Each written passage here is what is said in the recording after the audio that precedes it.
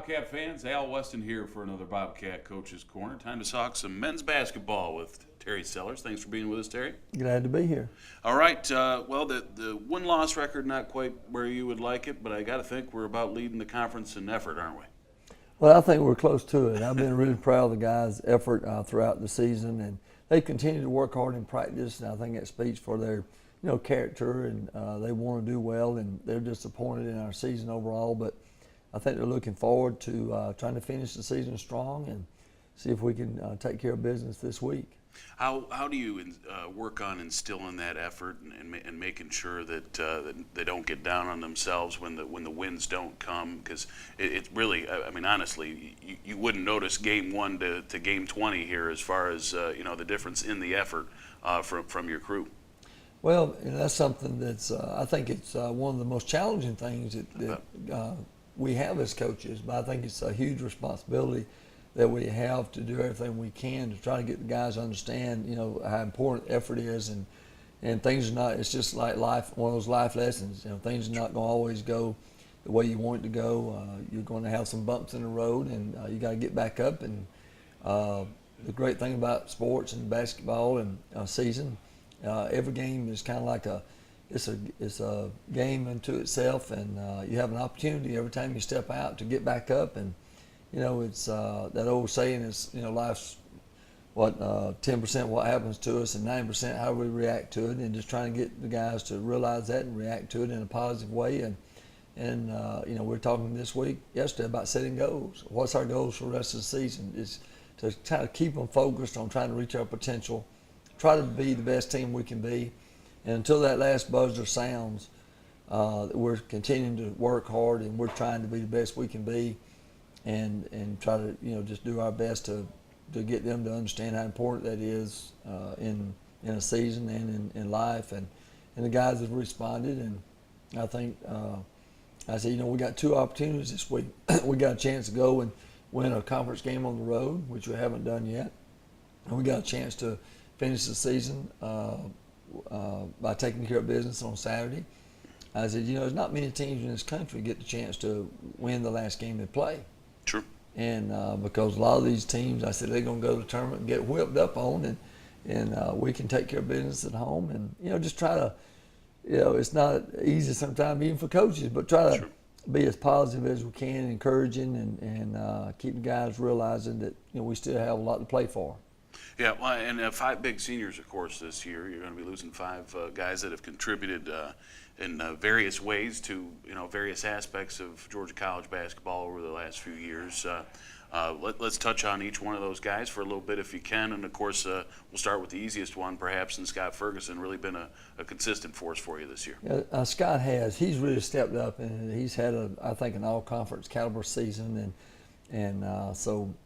Scott's done a good job for us. He's been fairly consistent throughout the entire season. I think he's still about 14, 15 points and 7 rebounds a game. So, Scott's had a good, solid season, and Scott's he's a very nice young man, and he's got a great attitude, and just proud that he's had the kind of year he's had. How about the elder statesman, the year 5-year guy, and Orion Lively? Tell me a little bit about Ryan. Well, Ryan is very. He just continues to work hard every day, whether he's playing a lot or playing a little. He just really throughout his career, he's shown a lot of character, and if you can't ever count Ryan out. He's a guy that, he could go in these last 2 games and lead us in scoring because he's going to be prepared. When he goes out on the court, and I've got a lot of respect for Ryan for the way he's persevered and always stayed ready, even in some years, and without a lot of playing time on a regular basis. Nate Hamilton, of course, coming back to us this year after taking the year off a year ago. Nate has been a real enjoyable player to coach because he loves the game. Is probably as much as anybody on the team. I think he maybe has some aspirations of even coaching some, and he's just always been a kind of a cheerleader on the bench. He's always supported his teammates, guys that are playing, and he's had some really good games for us. And I think back to the Aiken game 2 years ago, and of course the first game this season, I think he had 8 threes, and so it's been good to have Nate back in the program. We talked about effort at the beginning of the show, and a guy that really kind of personifies that for you is Terrence Chapman. Terrence Chapman, I've been here 20 years, and I couldn't name 5 more players I don't think that works harder than Terrence. I love Terrence's effort, and he's one of the most competitive guys I've ever coached. One of the best defenders we've ever had here, and just love Terrence's effort. He brings it every day, and we've had a handful of those guys over the years, but he ranks right up there with the best of them. Yeah, one of the guys in my time here, at least, Kemp, reminds me a lot of him, and just the ability to give everything out there every time he goes out. That's right. Last year, Jared Holmes was kind of made out of that same. He brought it every day, and not a whole lot of messing around. He's very serious when he gets on that court. He's very intent on. He wants to win, and he's very competitive, and he always draws the other team's best offensive player, and really likes that challenge. Even our last ball game, Troy and Brown, the guard is really good for the University of Montevallo. Terrence did a fantastic job on him. He's ended up with 10 or 12 points, I believe. Yeah, a guy that averages 18, 19. Right. That's a big difference. And that's what Terrence has done the last 2 years. He's limited every player he's guarded. I can't think of a single one that's gotten their average when he's guarding them. All right. Well, how about another guy from Macon and Quinnivens?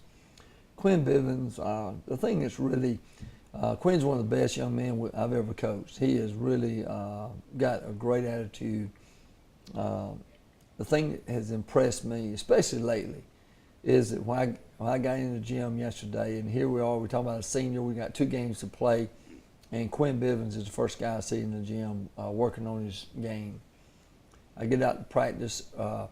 We practiced yesterday at 4:30. At 4 o'clock, there's one guy in the gym, Quinnivens, that's out there still working.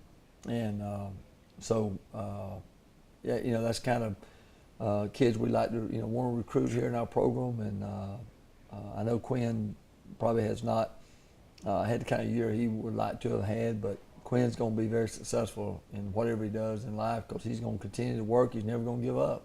Very nice, very nice. Well, big week for us. Of course, the last 2 ball games of the year. Heading to Lander on Thursday. Give me just a minute or two on what the Bearcats bring to the table.